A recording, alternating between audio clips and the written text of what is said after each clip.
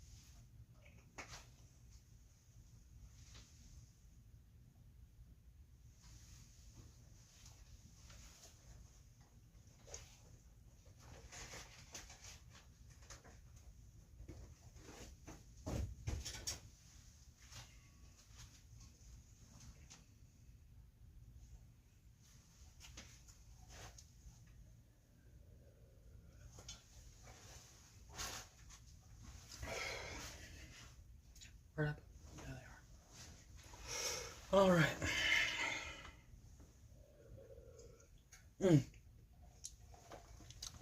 Coffee's a bit too hot. I know what you're all probably thinking. Why do a live stream at, what is it now, 2 o'clock in the morning?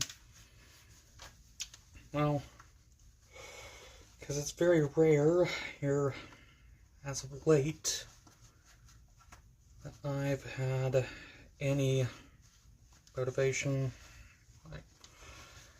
and I always feel like, you know,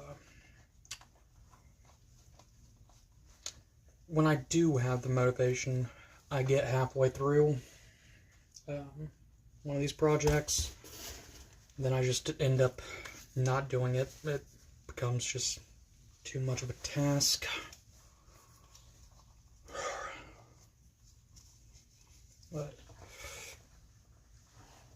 And a lot of that is because of, you know, my unrealistic standards. You know, Critical didn't, wasn't, and still isn't in a lot of ways, you know, always on during the live stream. There's oftentimes, you know, where professional live streamers, you know, fumble because doing a live show isn't as easy as many think. I'm still new to this whole YouTube thing, so I feel like the fumbles are kind of forgivable, but I also feel like, you know, he who hesitates is lost. From one of my favorite stories by Vincent V. Cava. Favor for a favor, that's what it was. But in any case, I figure that, well, since it's up anyway, and while I actually got this rare moment of motivation where, you know, Prozac's actually working, I may as well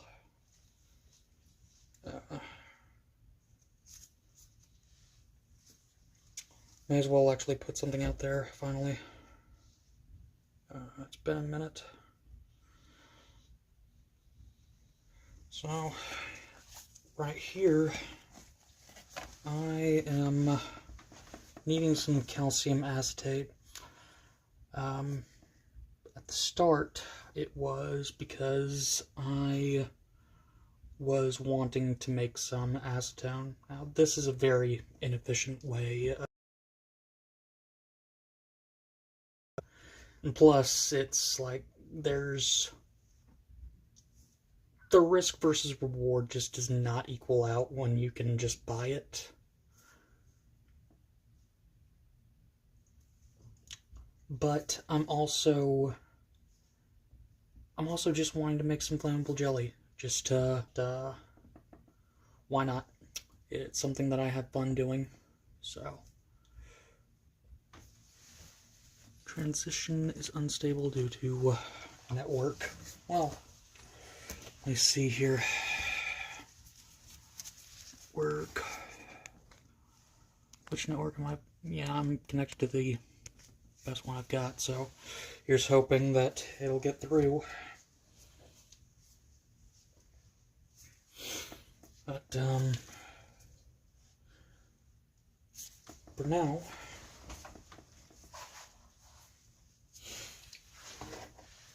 pathway I'm following for this is, as you can see behind me,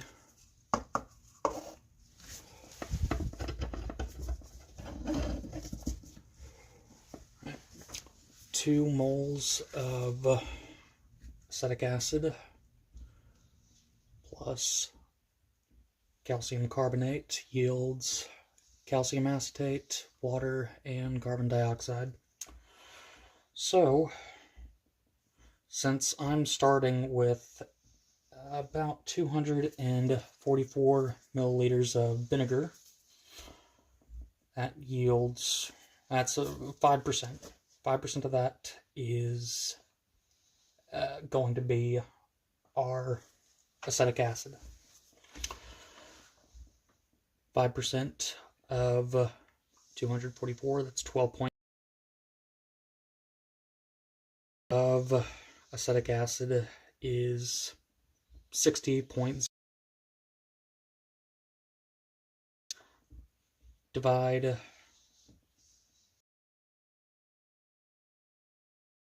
two, which is 5% of 244. Divide that 12.2 by 60.52 and you get 20.3% molar. So we're needing about 5% molar of the calcium carbonate. No. Well, 20%. Because 2 acetic acids plus 1 mole of, we're going to need 10%, 10.6%.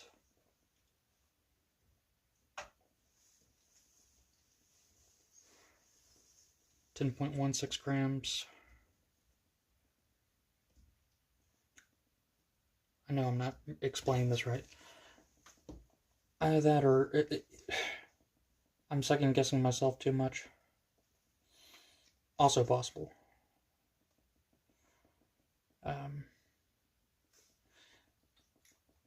Overall point being that the calcium carbonate concentration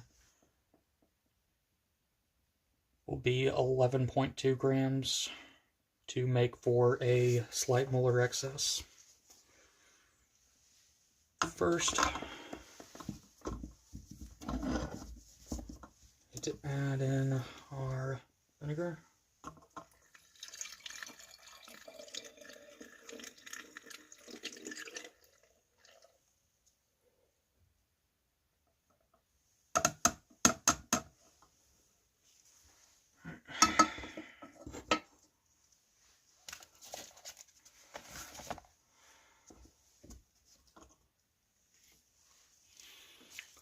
Now,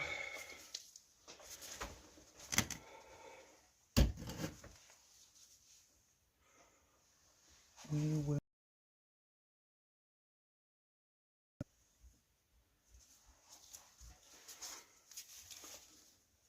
calcium carbonate. I actually got this at the mall like several years ago. It is designed to remove stains from limestone marble surfaces, but it is 100% calcium carbonate. My glassware unfortunately won't be food grade after this because this is technically industrial grade, which is unfortunate, but that's the cost of science.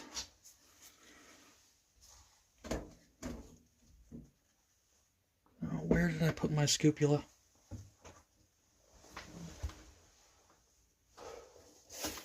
I swear, if I came all the way down here, didn't bring anything to, I could have sworn I did.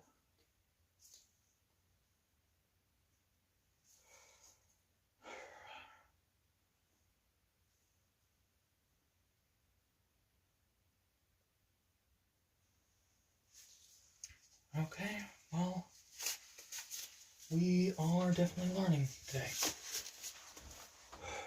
Well, it's not like there's anybody watching right now. I don't mind.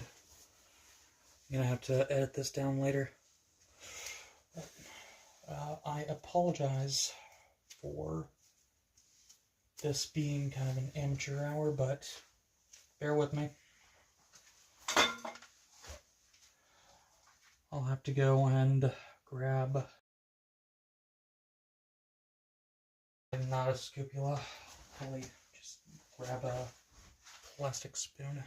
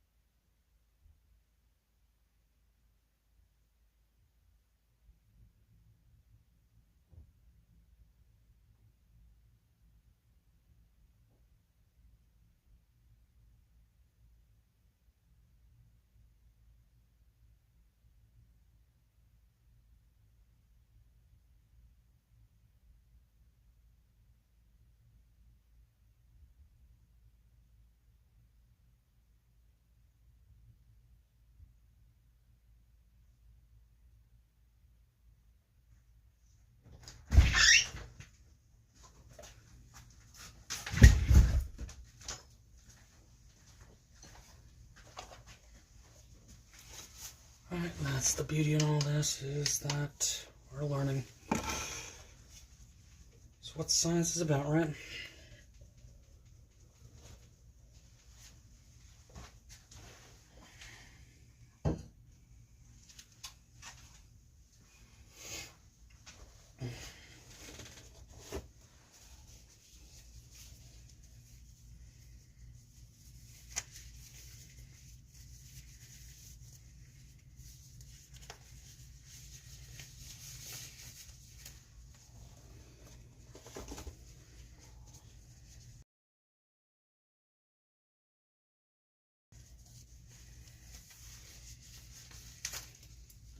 Damn it.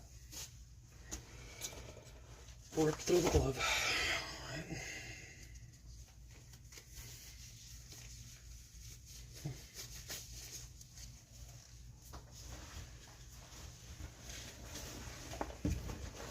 Alright.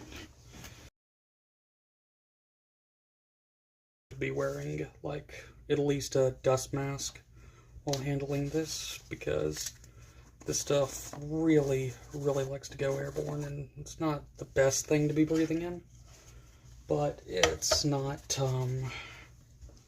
too terribly dangerous either, as long as you're really careful when opening it. That's why it comes with this other seal here. So carefully.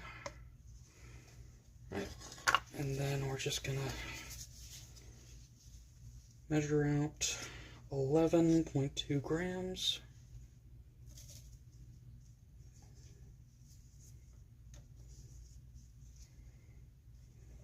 That's 6,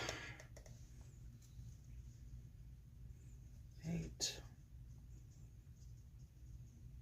10,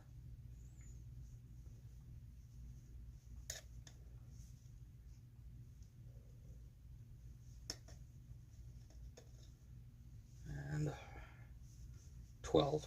That's good, because we're going for a little bit of a molar excess of carbonate.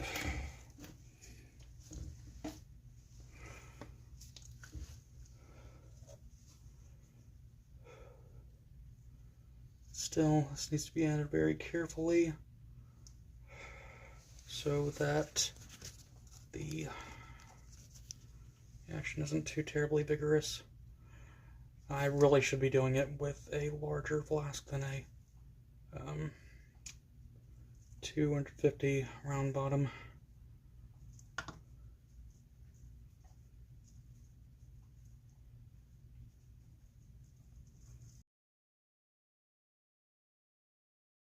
Alright. Here comes CO2.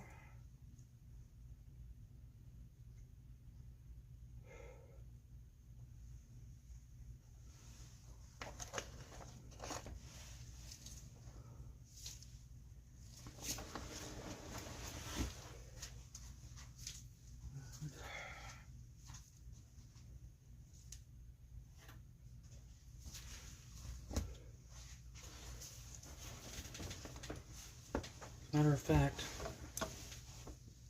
something that would be mildly safer if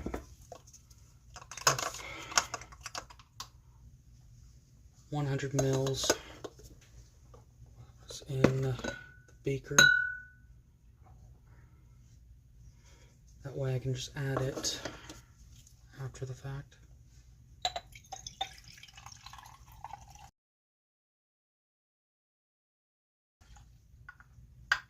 I'm aware that the beaker's graduations are approximate, but for my case, they'll serve well enough.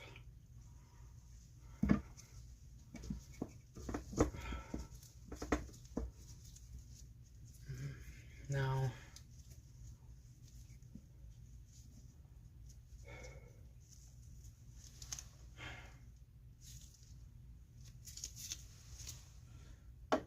honestly, the whole reason I did this, though, was because I was hoping to be able to capture the actual reaction start.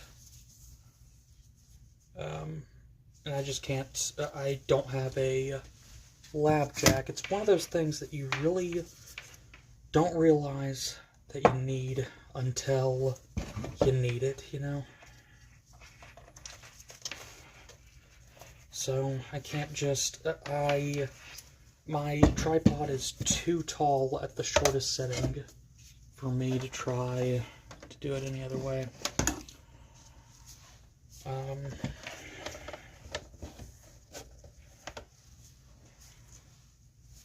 Let's try this. All right.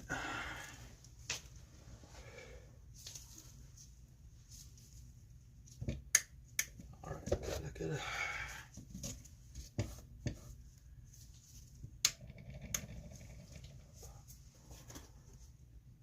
Well, with that being the case, I'm just going to go straight to beaker, though.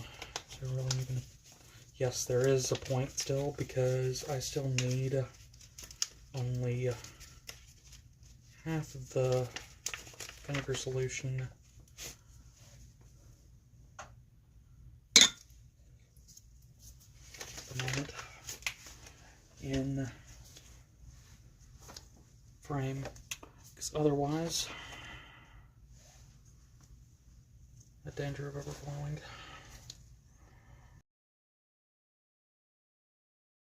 Said.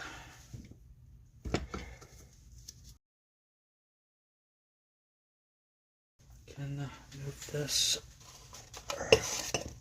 place that over there real quick for the time being, and place it with this file. That way I can still add it in a controlled manner.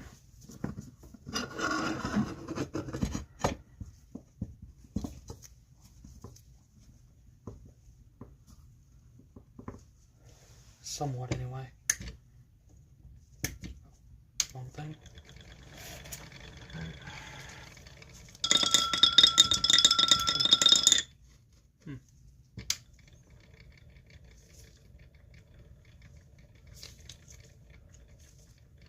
Trying stirring a little bit harder. Nope. Okay. That seems to be the sweet spot. Probably not the ideal size stir bar for this one, but hey, it works. Alright. Just have to be very, very gradual.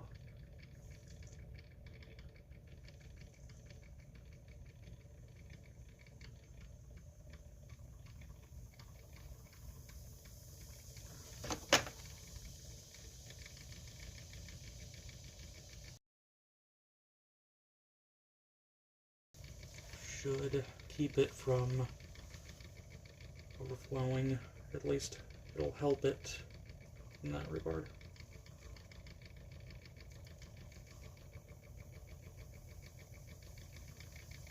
Ensuring that it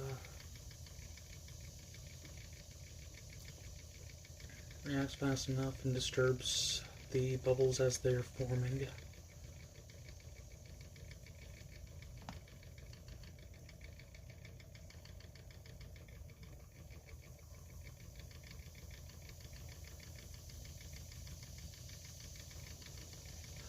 Last time that I did this on video, I don't even know that I made a video on the subject. I think it was just a photo post. But at that time, I was using eggshells. And eggshells are a good food grade source. The problem is that you know, this is a much more like fine powdered version. This is a much more powdered source. It's cheap, easily available, so, well, I don't know if it's necessarily cheap. I believe I got lucky with this particular source just because it happened to be at 5 and below when I was there, or whatever the equivalent was at the mall at the time. So I got this for $5, and I want to say it's a kilo.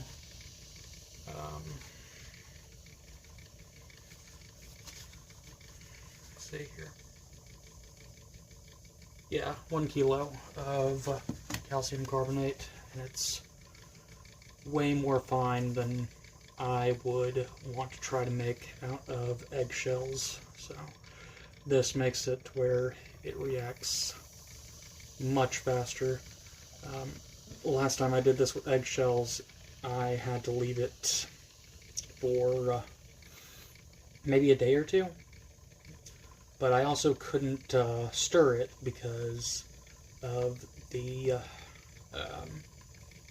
proteins that were in solution as well. You could get around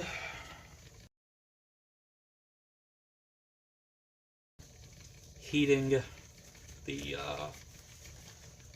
eggshells in an oven, maybe a furnace, but I just didn't feel it would take so long to get a kilogram of calcium carbonate out of eggshells, and it would be so much effort, like adding a kilogram of eggshells into a sufficiently hot environment, like an oven or what have you, and then having to crush that with mortar and pestle in my weak chemist arms. That's far too much effort when I can just use this. However, it's important to note that this is still a very, very fine powder that's easy to easily pops out, for lack of a better word, when you open and close the lid. So definitely something to be cautious with still. Oh dear. Did I just clog it? Indeed I did.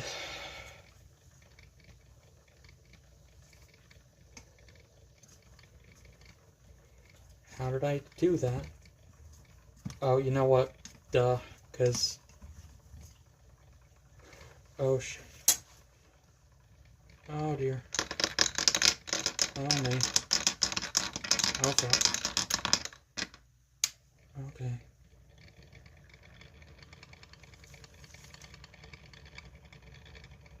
Don't do that. Stop it.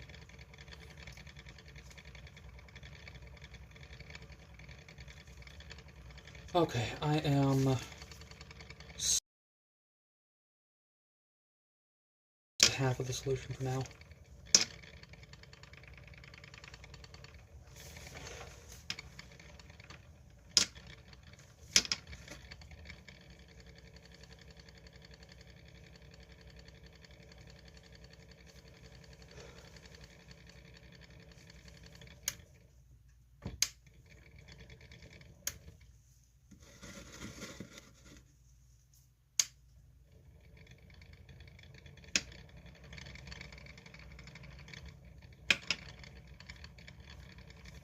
Okay, yeah, it's still stirring, but why is it under the impression that calcium acetate should be more soluble? I could see that clogging things up a little bit, but I mean, it's not particularly clogging things up right now. Things are still mixing around in there.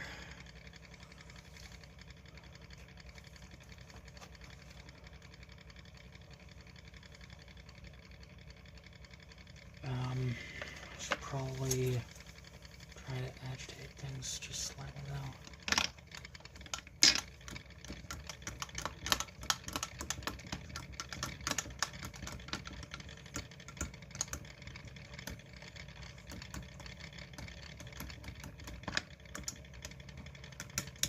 the problem is, like, I'm having the same issue that I had with the eggs as well, in that the CO2 bubbles would cause the eggshells to rise to the surface and form a layer of bubbles with the eggshells floating on top. So it was just this progressive layer of bubbles protecting the upper layer. It was this progressive layer of bubbles that was formed from the calcium carbonate that was able to react, versus this layer of eggshells that was just above the bubbles to protect it from further reacting. So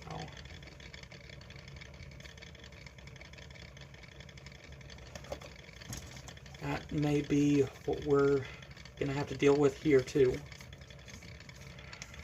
And that is unfortunate.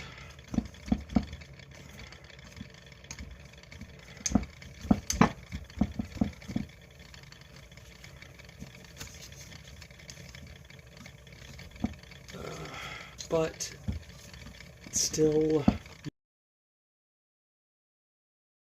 alternative having to do this with the eggshells. It could take days at a time.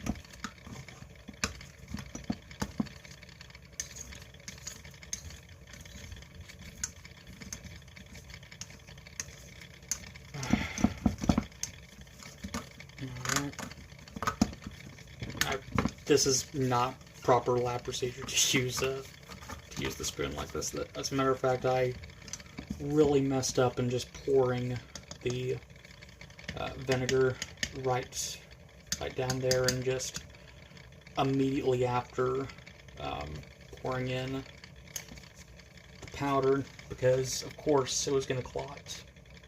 Of course it was going to coagulate. So this is definitely a lesson here.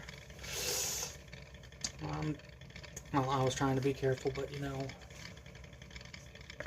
I think I can. Famous last words, but I think I've got this.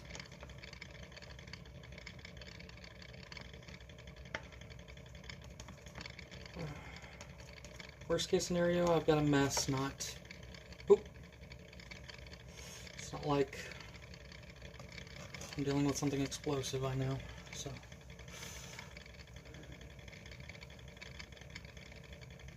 But at the same time, I really don't want the loss of yield.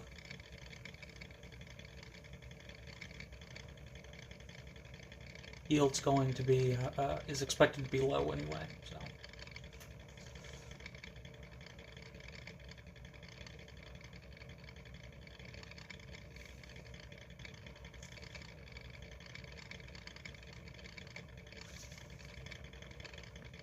Right.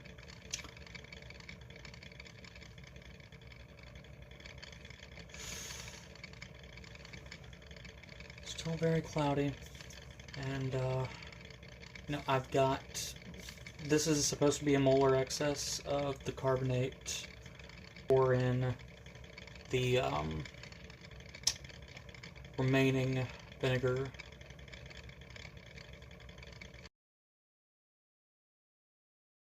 It is going to be over for the beaker, but not for what's in the round bottom.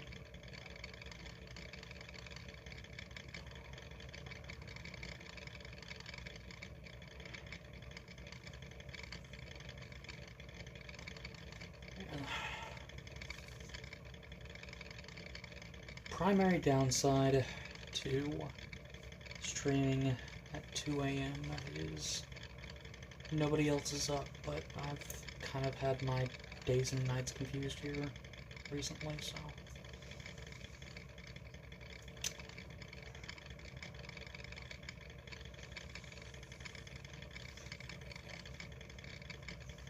It's probably for the best anyway. It makes to where there's less pressure on me, you know. This being my longest live stream in, like, I don't know how long. I think the last time I tried to do a live stream, I tried to stream Fallout 4. And no, actually, that was not a live stream.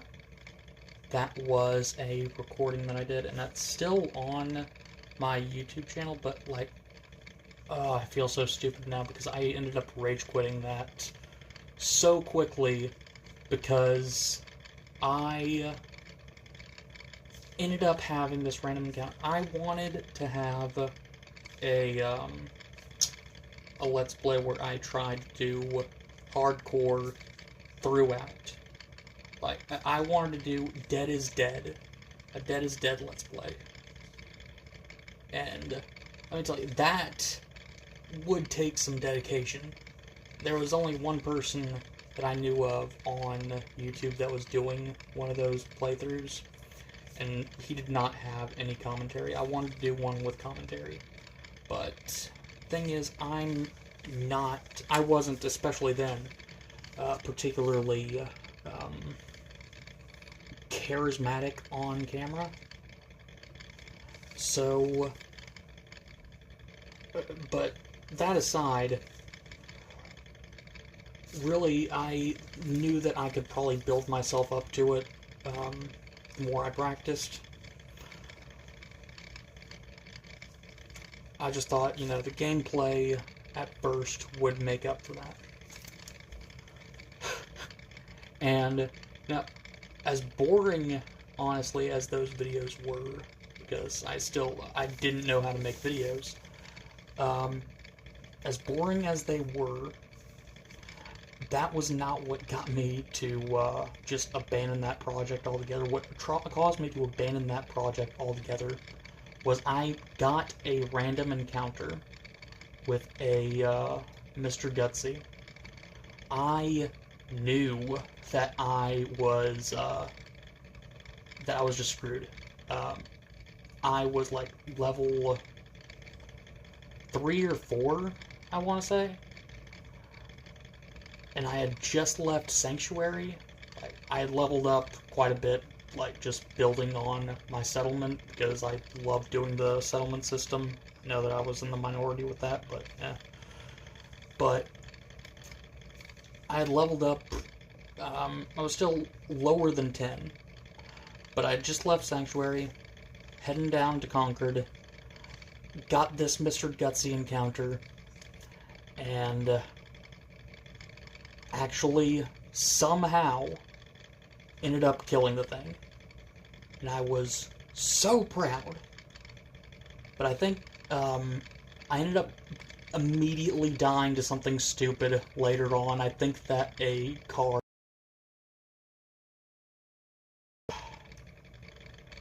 And that just pissed me off so much because of my, like, success with the Mr. Gutsy. I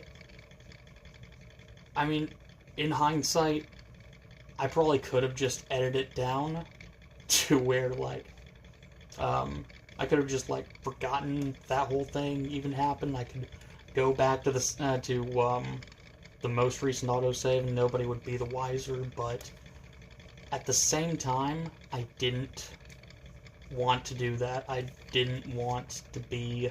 because that would just be cheap, you know? I promised a Dead is Dead playthrough, and I can't just, like, forget that I just died doing something really stupid. So my best option is to start all over again. But, well, the most honest option would be to start all over again. And I don't know, it goes back to that saying, that proverb that I started this video with, he who hesitates is lost, and I have hesitated with a lot of projects just because I'm not sure, really. I don't have a good answer for that.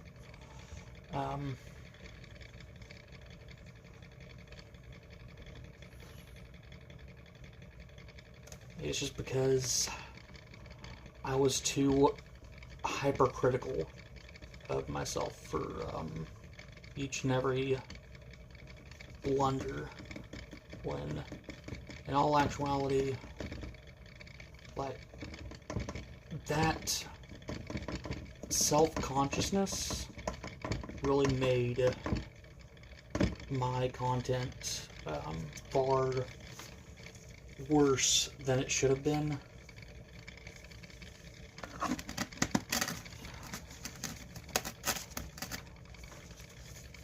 All things considered, because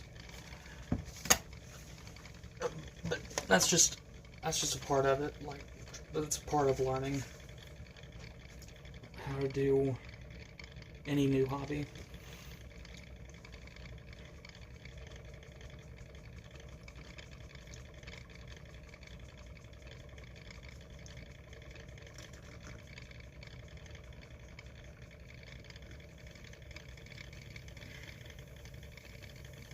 Oh, shit. Okay, I'm gonna give that a minute.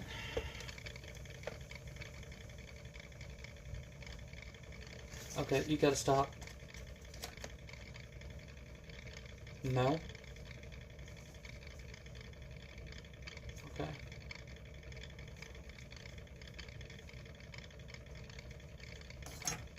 Go with it.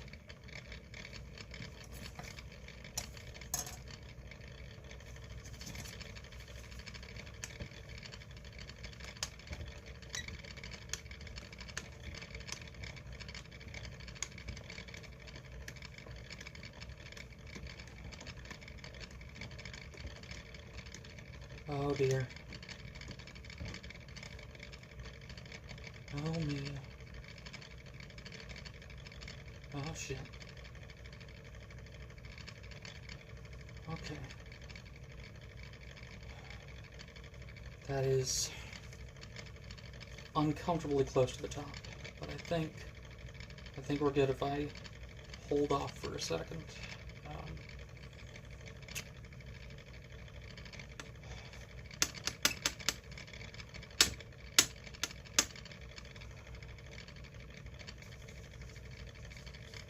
Last thing I did down here was, and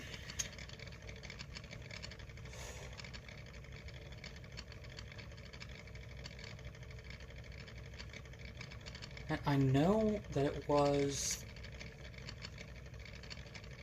copper's, oh, right, Schweizer's reagent. Oh my god. I had to take that thing outside, like, real quick. That's what all the blue stuff is around the, hot plate, and I do need to get that up, but, like, I haven't felt the urgency to. That makes sense, because, copper carbonate isn't too terribly, toxic as long as you're not eating it. So, it's not like it's in any immediate danger, but still, I'm not saying that as a general practice is good by any means. I do need to get better about, like, cleaning up after these experiments on this bench, but, like, I just figured, like I said, no immediate necessity.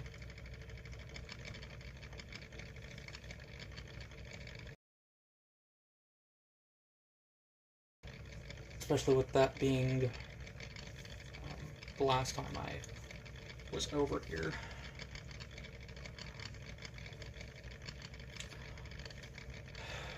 Man.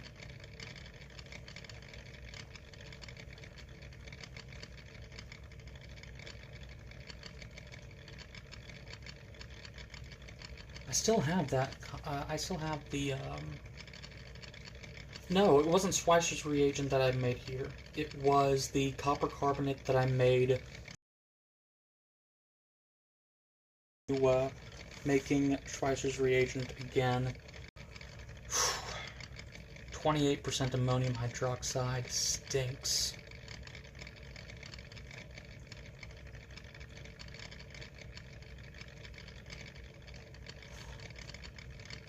Never got around to making it again, primarily because I don't want to handle ammonium hydroxide.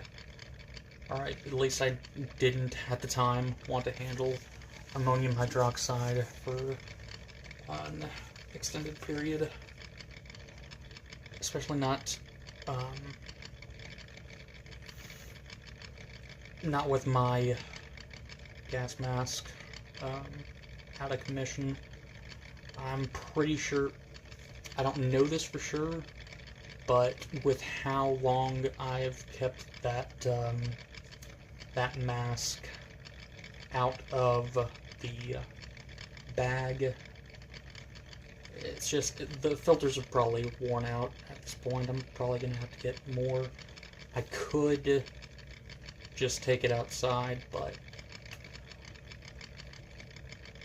another thing is it worth it with how long it takes Schweizer's reagent to actually work on cellulose? You know?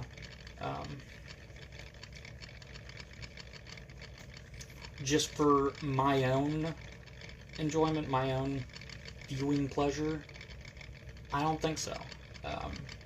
I might make Schweizer's reagent as a live stream now that I'm trying to, you know, bring this part of my life into YouTube, but it just did not feel worth handling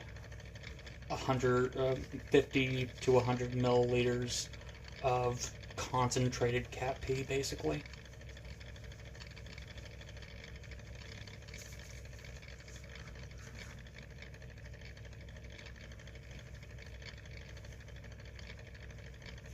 Oh boy. That is going to take a moment to settle down.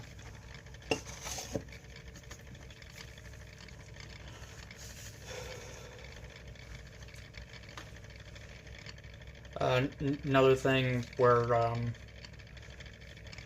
on a do as I say, not as I do basis is I really should be wearing goggles. I mean, just as general safety, but I figure the only thing that I'm handling, the most dangerous part about this at this point, now that I'm done handling the dry calcium carbonate, the only thing I'm handling is acetic acid and calcium carbonate in solution. So I shouldn't be in danger of being near any still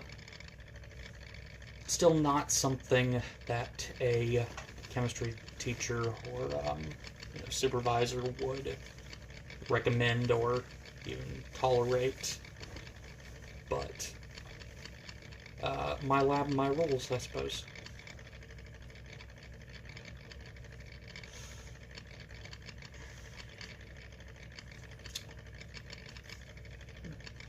Generally, though, that's bad advice. Wear your goggles and whatnot.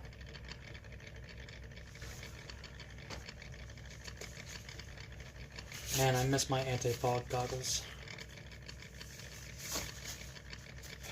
I have no idea what happened to those things. I've moved so many times since 2019 that I have just, I've lost so many of my reagents. One of the biggest things, I am so upset that I've lost anything with it because, well, I didn't have the setup required to do anything that I would have wanted to do, and everything else kind of scared the hell out of me because, you know, it's Mercury. It should be kind of scary. One of those pie tins or a sheet of aluminum foil, you want something thick because you've got to scratch off the oxide layer so that the elemental aluminum gets to be in contact with the elemental mercury. The oxide layer won't allow them to react otherwise.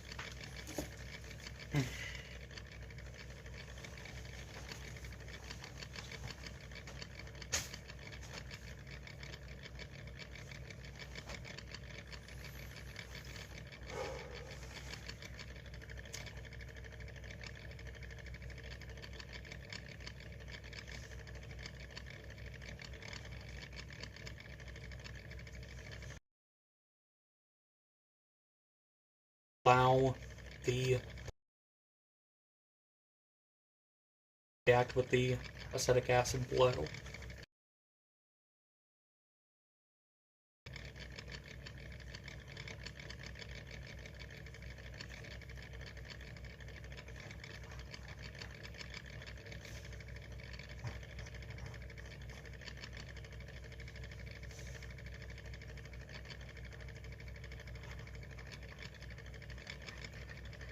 Well, I think that we are low enough to where I'll probably add more. It's kind of a waste to, actually, you know what, while I've got the opportunity, I'm going to grab a drink of coffee real quick.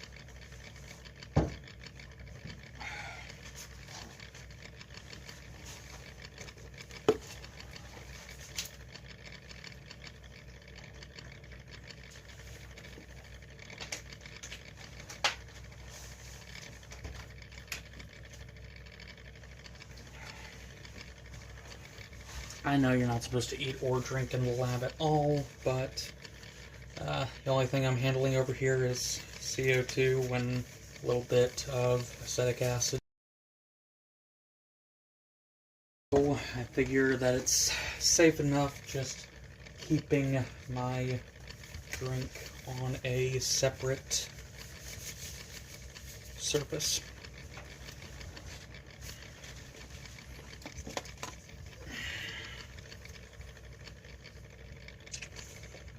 We should be good to more solution.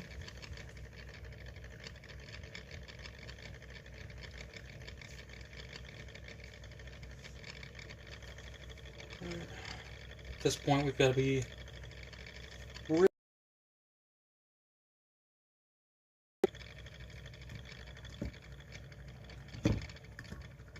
approaching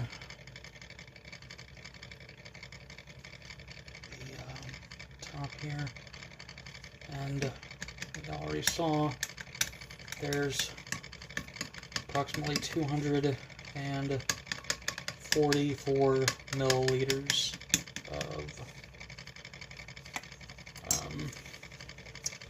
vinegar here. This beaker can only hold 250, so we don't have a whole lot of wiggle room. Well, at least it's graduated for 250. You can hold a little bit more than that, but you know what I mean.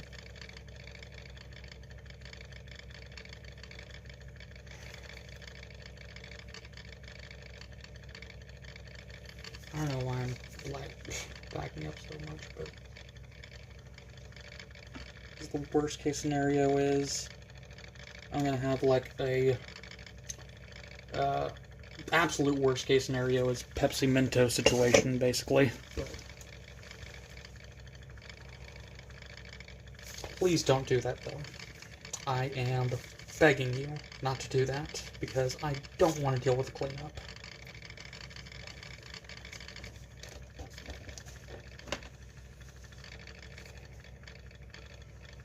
Just in case, I'm going to move this.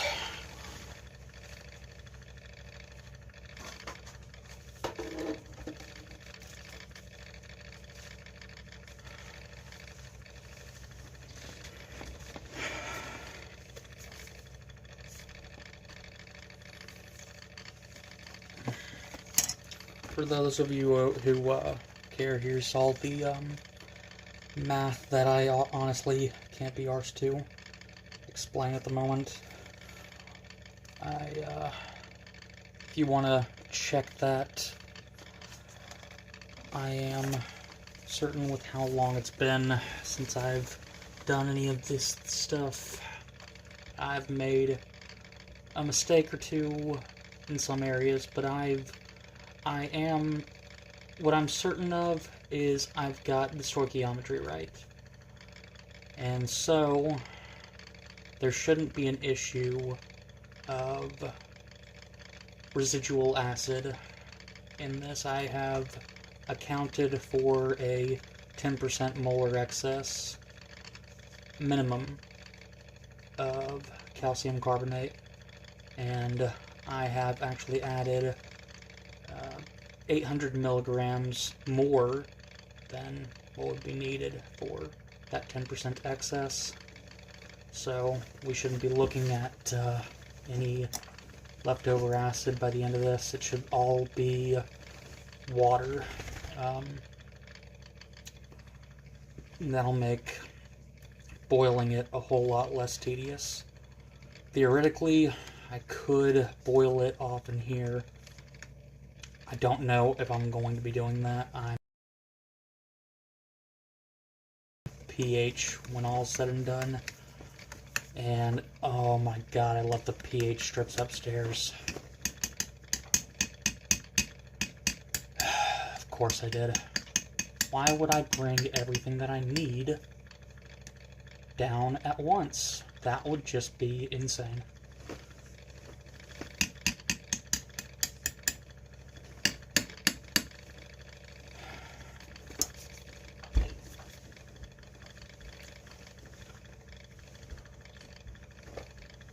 What are you doing, Kimball?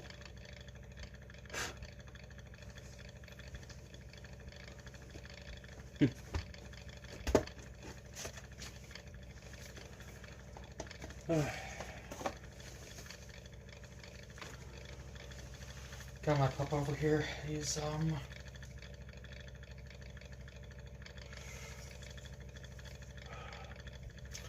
doing that weird thing where they dig before lying down, digging into the mattress.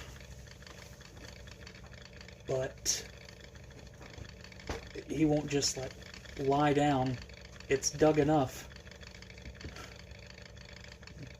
Of course, when I say something, he'll be like, "All right, well, you don't have to call me out on it."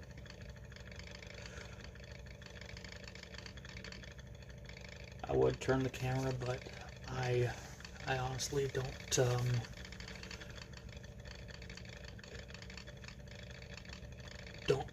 feel like taking off my gloves again and having to readjust everything. I just got this, like, I've got everything focused, you know?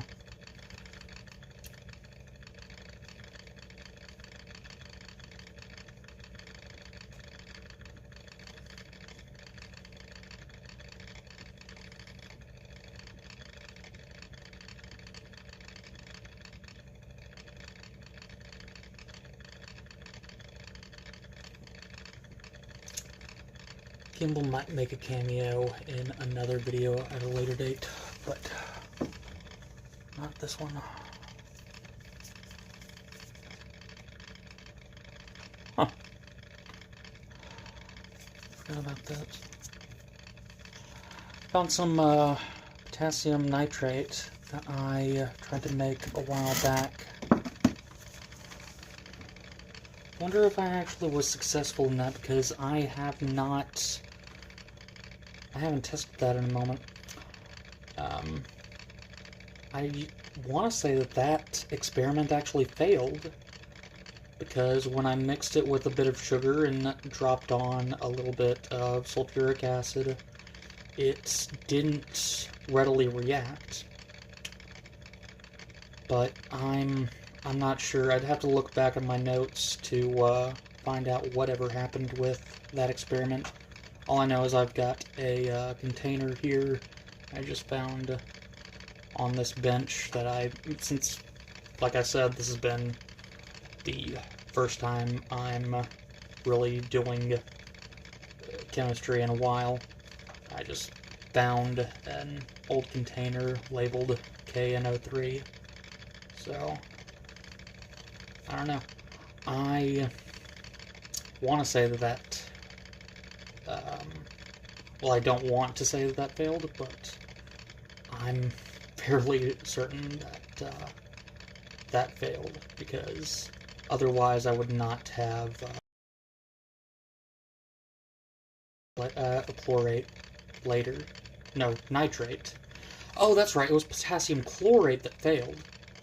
I was trying to follow Nerd Rage's method of electrolyzing potassium chloride, but for whatever reason, it did not work. And I have no idea why. I have a hypothesis, like,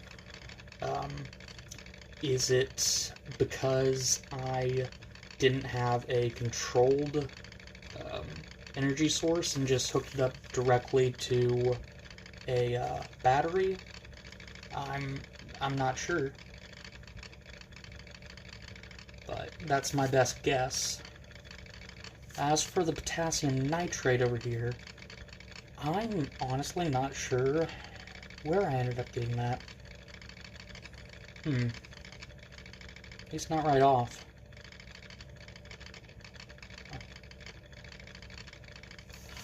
I mean, it's a very, very small amount.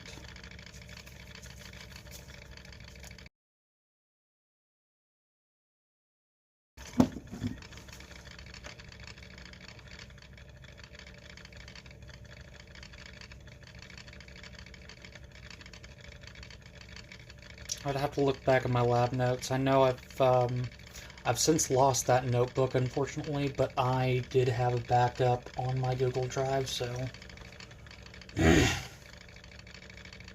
now I'll after I'm done with this live stream, I'll leave a link to my lab notes in the description for anybody interested in reading through that, if anybody indeed still is.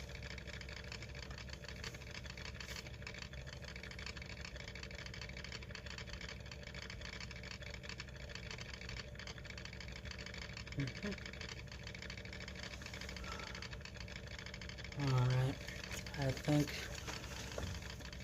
that's gone down. That's all of the vinegar. Doesn't seem to be too terribly much calcium carbonate left. Go ahead and knock down that little bit, just to say that I did.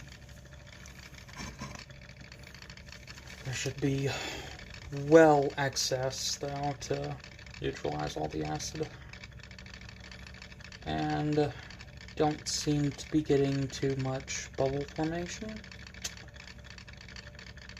So there can't be a whole lot that's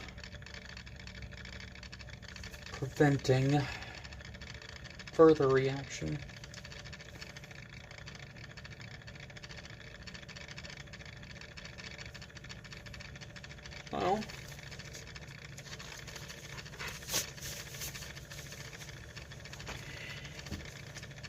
I'm going to turn on some mild heating just to get it hot enough to where I know that it's reacting with everything. But in any case, I do need to go get some universal pH test strips though. And so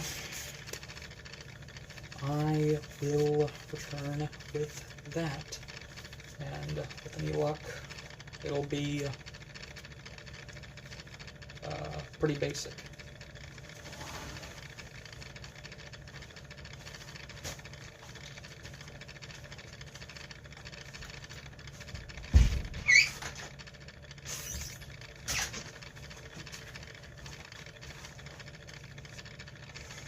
Almost made the mistake of going out there without a light.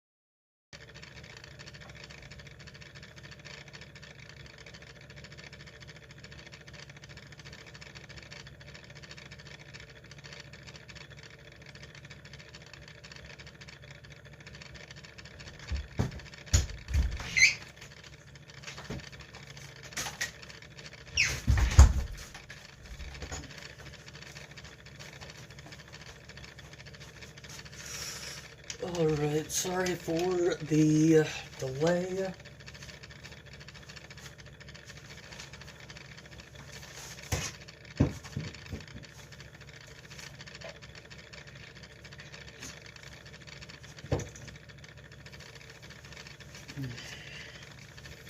Ended up getting caught up talking with Mum, because this is around the time that she wakes up for work. Maybe that kind of rubs off on me. But anyway.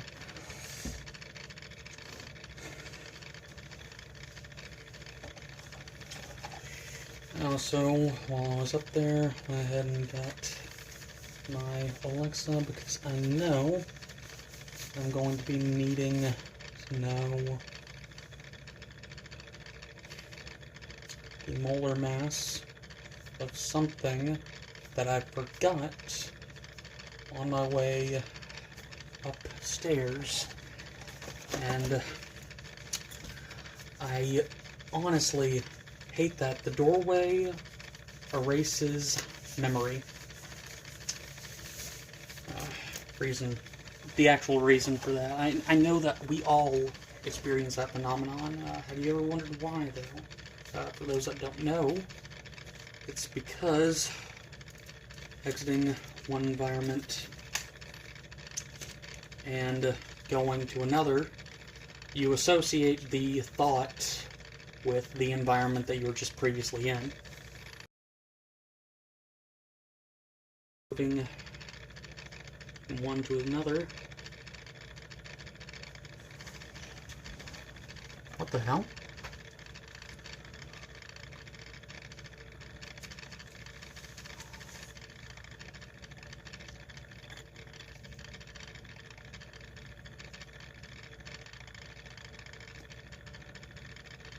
Okay, so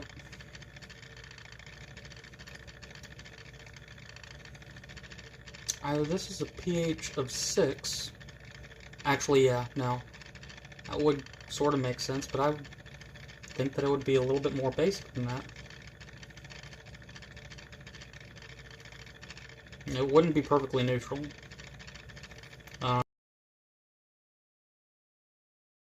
These pH strips are notoriously inaccurate regardless, so that may be part of it. Maybe because these are so old. Maybe these have kind of lost their efficacy. And that's a possibility. But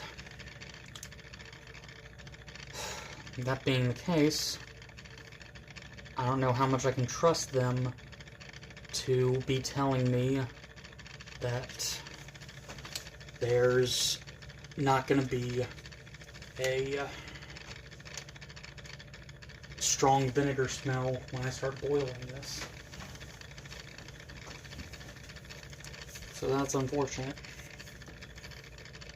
I suppose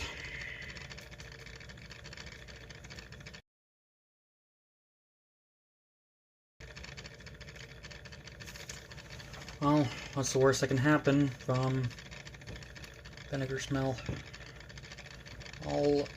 I know temperature, or I know around the dial at this point what I need to set this knob. So right around here, I should be able to start the solution boiling without getting to the boiling point of vinegar. That said,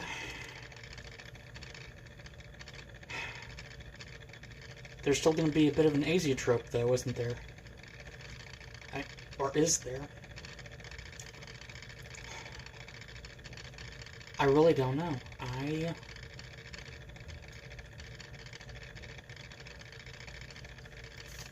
Alexa, does vinegar form an azeotrope? I don't know that. Yeah, of course you don't. I mean, It's weird because this thing is usually... Well, actually, it's not weird. This thing is hit and miss in its helpfulness. Like, Alexa, what's the molar mass of calcium carbonate? Calcium carbonate's molar mass is 100.09 grams per mole. Okay, so at least it was useful for what I brought it down here for. So.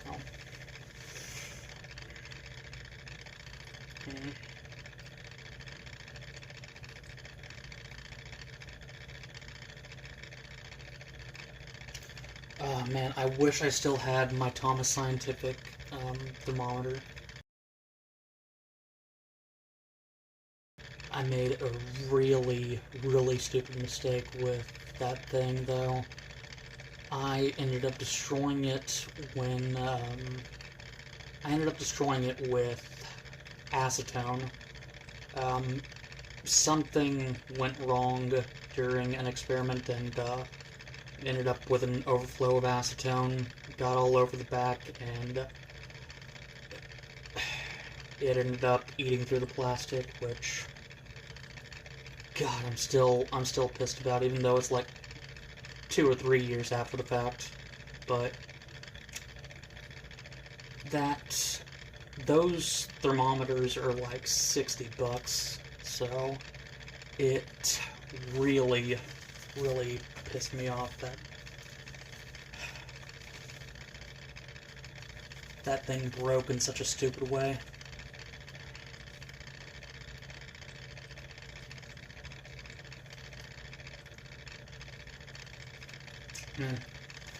Now, there not being many viewers on this as it's live.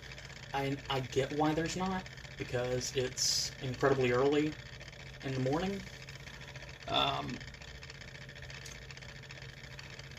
Not yet, anyway. I'm still in the double digits of subscribers, so I suppose it's to be expected. And I'm still able to talk through the entirety of this thing, though, when I'm here, thanks to late night coffee drinking and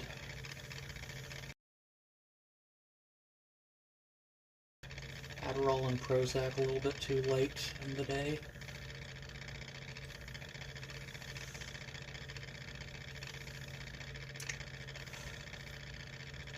And top it all off, I just got...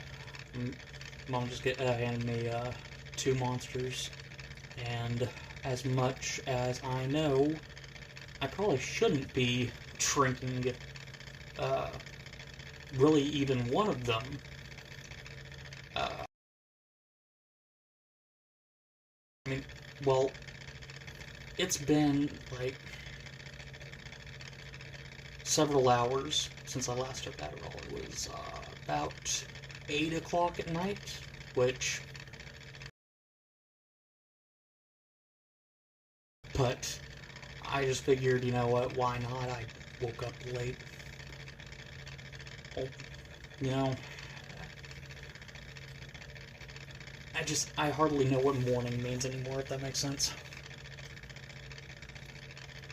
I'm just not on a set sleep schedule. I need to be.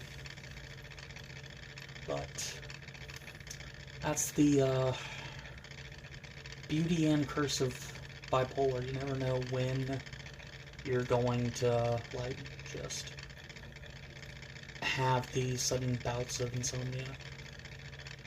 But in any case, my whole point is, I know I obviously, based on how I'm acting right now, I don't need even one of these monsters.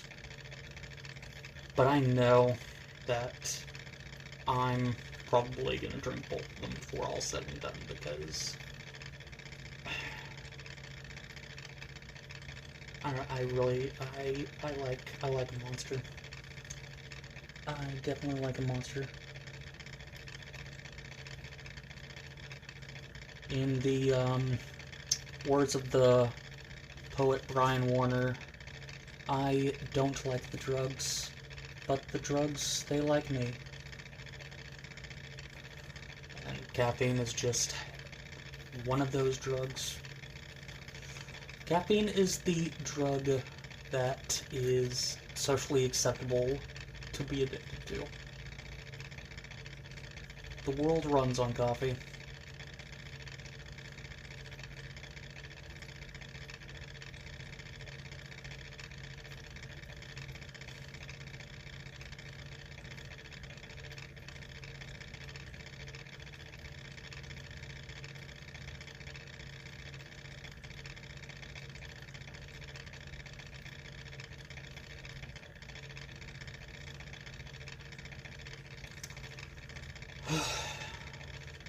Speaking of addiction, now I am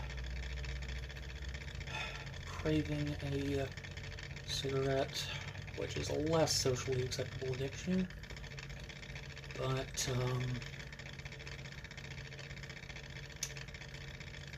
I'm not going to leave the stream for sake of my nicotine habit.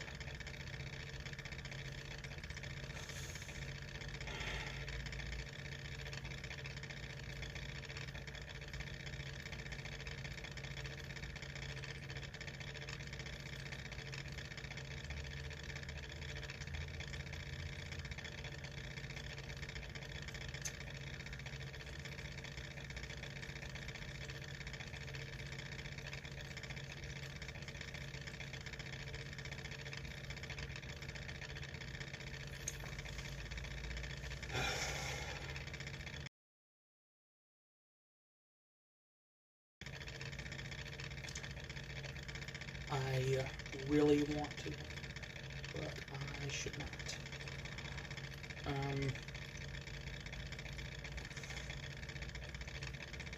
I would honestly break the other, like, another huge rule of lab safety, which is, no smoking in the lab as well. But, my dad is a lung cancer survivor. I don't want to stink up the house with the smell of tobacco. So,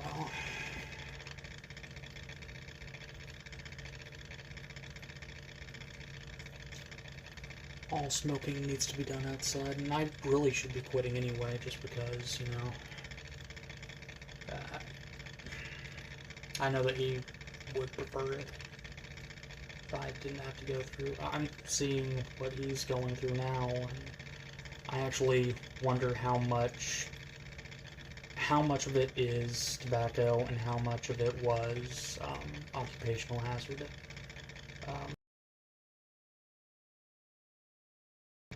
I haven't talked to his doctors. He hasn't really.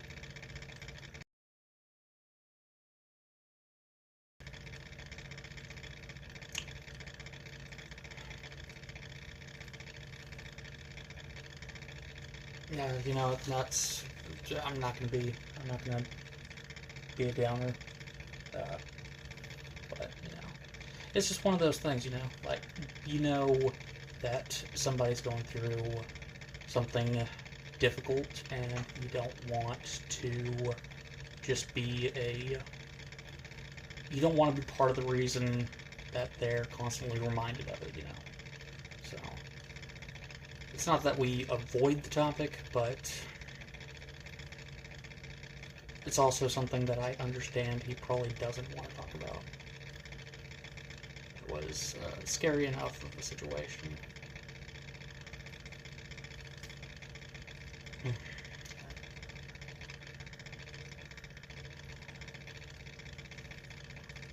I am personally kind of concerned because he worked with electronics, and a big worry for people in the industry of electronics, especially in the medical field, is beryllium poisoning.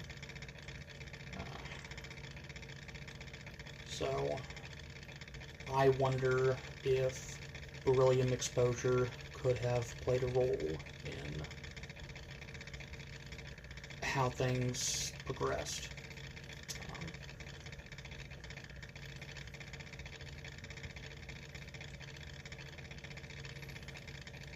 But then again, that may just be me looking for something to blame, you know, like, and it's an understandable human reaction to a tragedy. It's, for example, the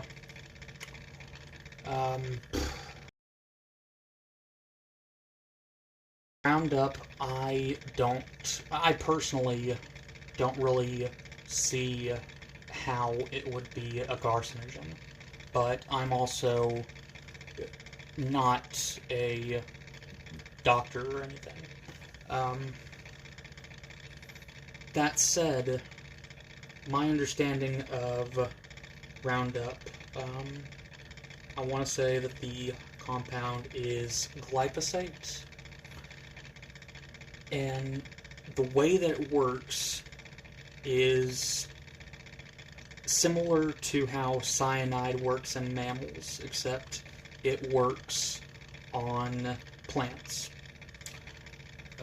Just like how cyanide will stop our bodies from using oxygen, block our respiration,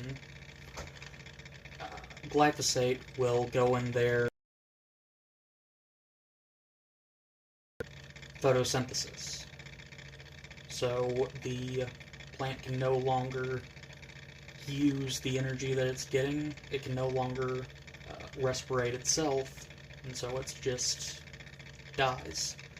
I can't personally think of a mechanism of action that would create an environment wherein cells divide out of control in mammals, given how Roundup works. But that's an opinion that is from somebody that's not an expert in the field. I've just done some research here and there out of pure interest, pure personal interest. I try to use good sources when I'm researching this. I use Google Scholar to find peer-reviewed articles, and that I will occasionally use Wikipedia for some of the information, but like I said, expert, I'm just a giant nerd, so.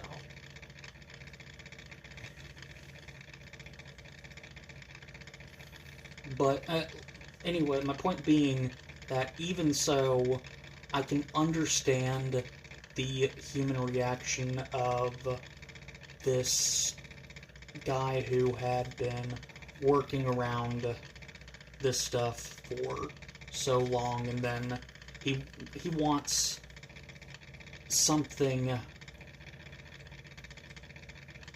to blame for this injustice, because it isn't fair that some people get cancer at these younger ages. It's not fair, but that's the thing about cancer, is that it doesn't. It's one of those things in life that's just, it doesn't care what's fair, you know?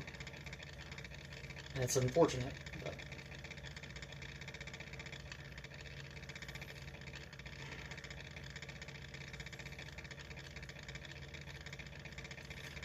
But, like I said, that's just my, you've heard of armchair psychology, that's my armchair toxicology, so take with a grain of salt. The proper doctors that looked him over, I'm sure that I could know from just my glancing through a few articles. Even peer review, their studies are wrong all the time, and for that matter, it's very easy for somebody that hasn't been through college. It's very easy for them to misunderstand what a study is saying. So, I'm not going to pretend like my opinion is in any way definitive in that regard.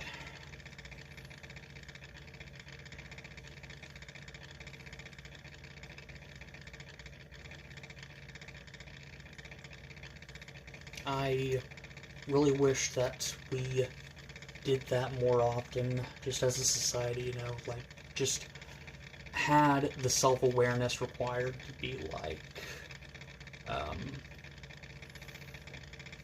I could be wrong on this issue that I'm not a particular expert in.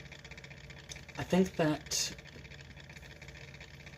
American society, especially small town, from what I've noticed, has kind of changed in some ways to where I won't be an absolutist. It's not like everyone, but I feel like a lot of people got into their head that Trump's story was inspiring, in that it was the first time that a private citizen made it to the highest office in politics, and it paved the way for people to think, oh, well, like, if he could do it, then anybody could, but it's kind of, that in itself is a pipe dream for the vast majority of us that don't have, like, a huge economic advantage. Like, he was able to run, what was it, 4 times before he won in 2016. The vast majority of us will never have the capital to even run one campaign, much less 4 of them. And most career politicians will run multiple campaigns before being successful. Very rarely are you going to see somebody running for the first time being successful, I would think. I mean, did Barack Obama run the 2006 election? Or 2008, rather. 2008. I don't know why I said 2006.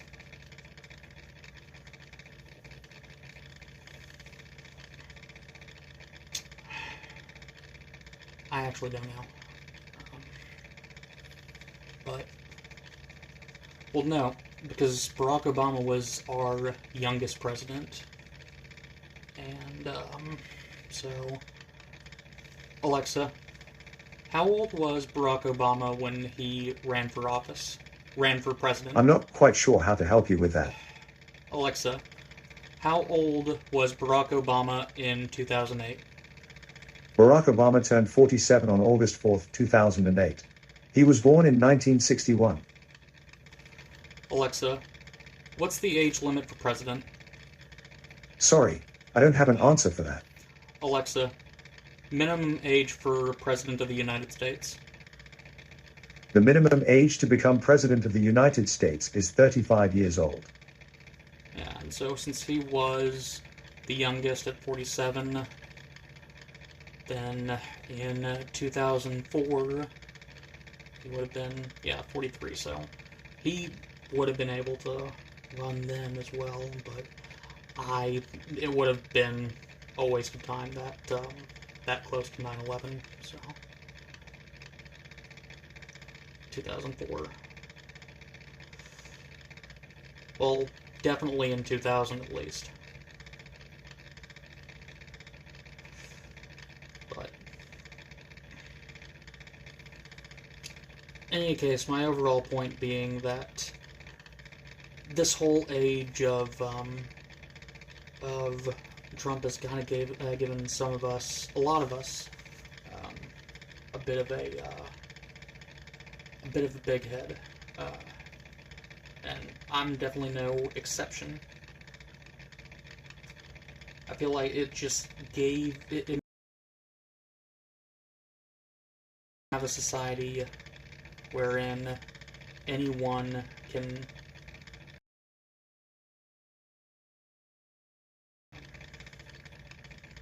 where the American dream meant that we could overcome just because everyone prior was career politicians. It didn't mean that, you know, someone other than that couldn't make it. Whether that's right or wrong, I'll leave up to the viewer. But I feel like this has been kind of an age of Dunning-Kruger. And like I said, I'm not immune to the Dunning-Kruger effect. I try to be as aware as possible, you know. As aware of my limitations, my expertise. That's it. I know that I do not believe that I should be given. I like politics from a observer's perspective, but my God, that's got to be a really, really stressful job that I personally don't feel like I could handle. Being in charge of that many people sounds horrifying, in a way.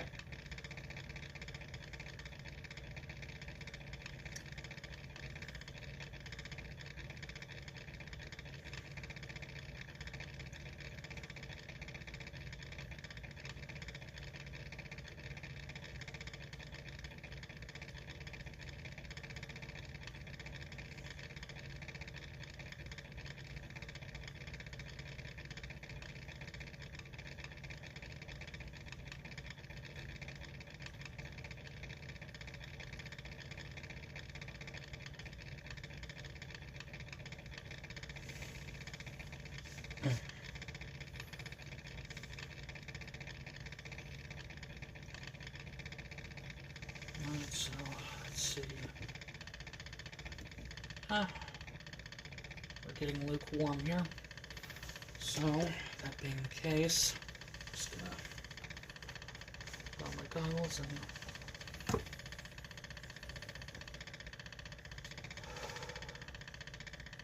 I don't really like detect much of an acidic aroma. So I'm thinking that it was a success. We did successfully neutralize. Oh, you know what? That's right. That's what I was trying to look up. Alexa, what is the solubility of calcium acetate in water? I don't have an answer for that. Alexa, solubility of calcium acetate in water. Of course not.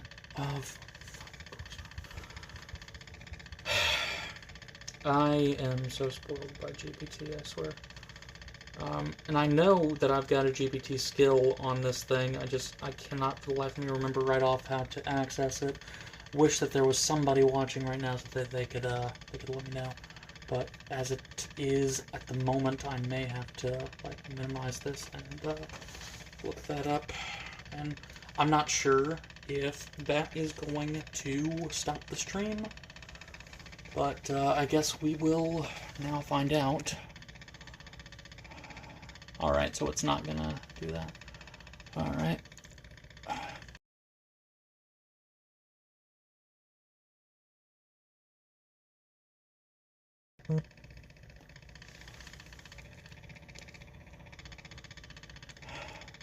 Oh my god. Calcium acetate is soluble in water, but its solubility decreases as temperature increases? At 0 degrees centigrade, calcium acetate is soluble to 37.4 grams per 100 milliliters. 34.7. At 100 degrees centigrade, it's soluble only to 29.7. Huh. You know, that is... I want to say that's the first time that I've come across a compound that gets less soluble in water as the temperature increases. At boiling, nonetheless. Like, at 0 degrees, at freezing, when the water is solid, it's more soluble. I mean, at room temperature, you lose about 3 grams of solubility, so that's not significant. And then 80 degrees more, you lose 5 grams of solubility. My god. Really was not expecting that. Huh.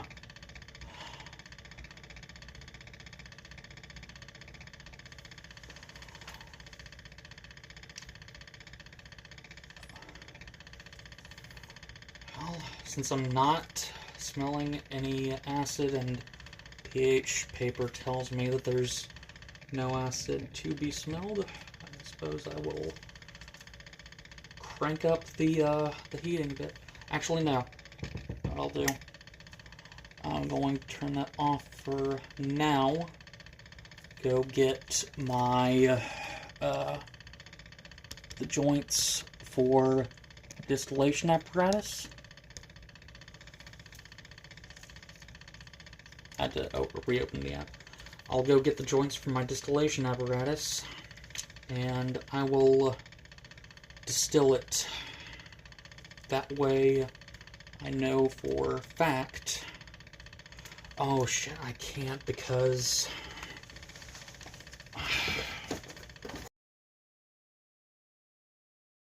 If anybody knows how to fix this without buying the whole other thing, or if somebody knows how to, knows where I can get the,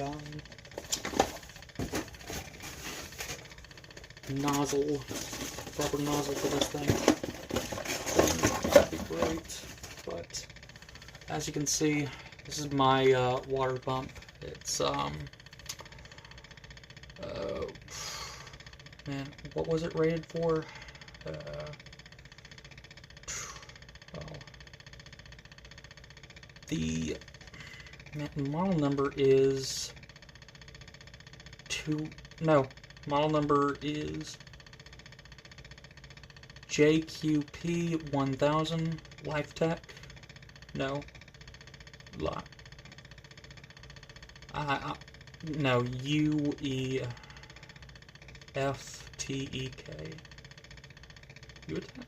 I don't know how to pronounce it.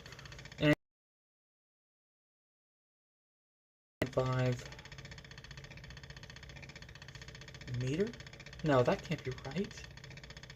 Why is there only 1 M? It should be millimeter, right? Flow capacity is 1,000 liters per hour.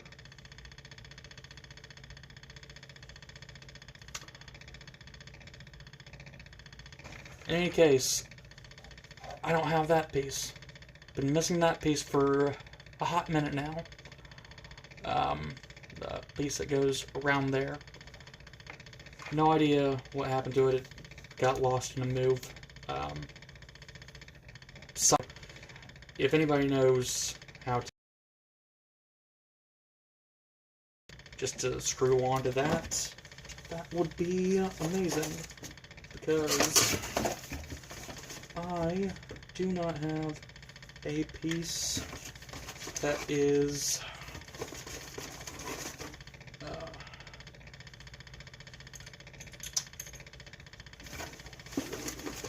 that screws in there.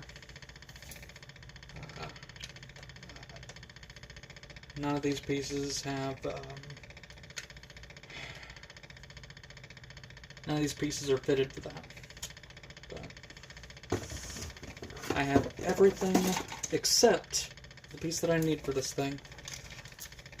So I know that it should be a cheap replacement, something cheap to fix, but I don't have it.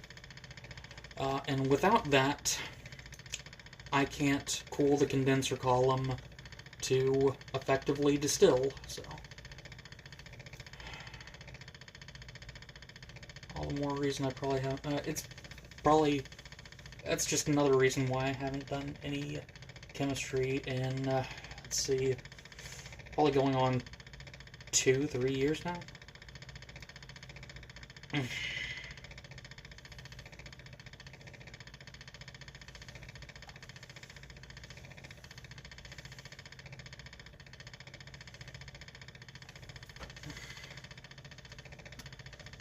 Move that out of the way so that the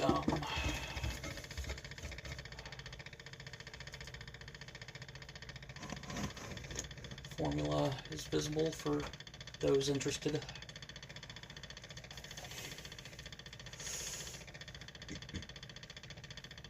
Alright, well,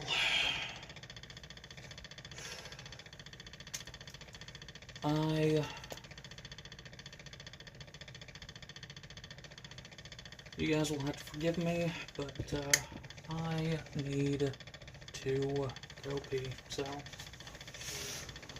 ouch, oh my knee, oh god, my back, okay, ouch.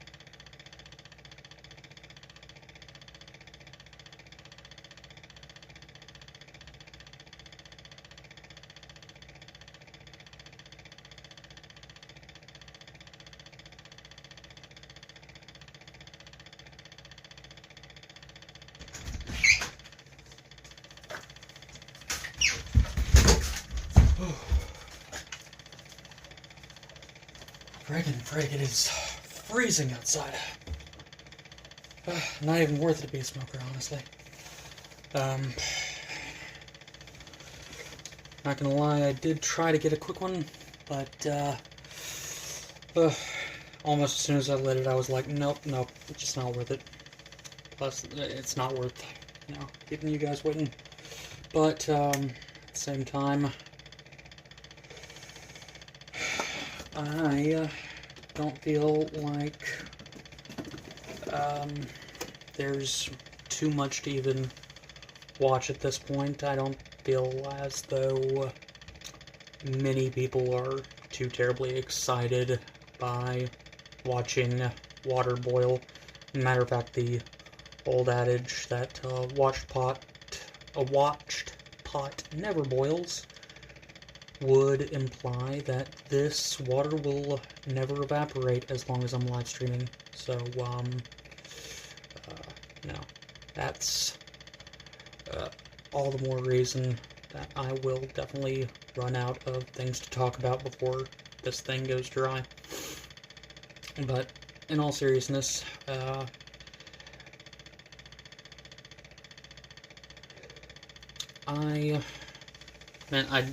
I really don't feel good about just leaving the last like 7 minutes of this live stream, leaving you guys with nothing, and then coming back and saying that I'm ending it abruptly. But it's a learning experience.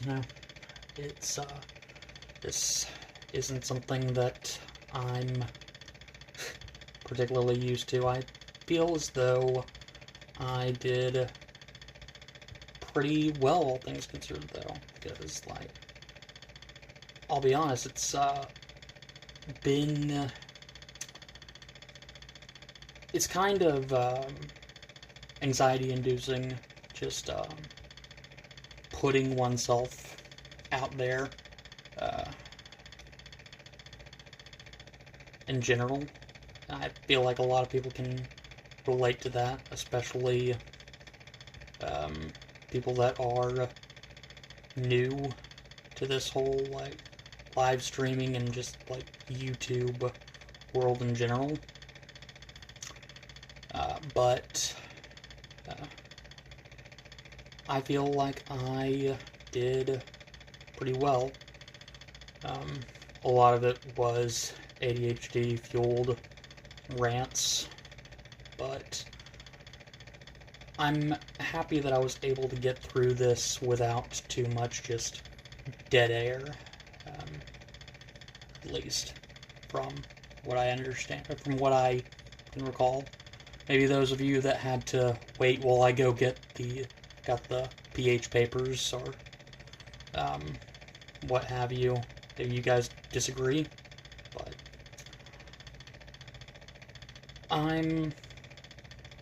nevertheless, I'm happy with how my first live stream went, and thank you for those of you that are still watching, if indeed any of you still are. And please do leave a comment down below. Let me know what you think. Maybe I'll do a Q&A live stream next. I'm gonna try to make this channel a bit more active than it has been. So, yeah, if any of you have any questions or anything I can answer in the next video, then please do let me know. And if any of you know where I can get that part for my water pump, that would be a huge help, an immense help, because I do not feel like buying a new water pump just because I can't find the nozzle for this one. So, thank you all for watching, and I will see you whenever I make another live stream or another video.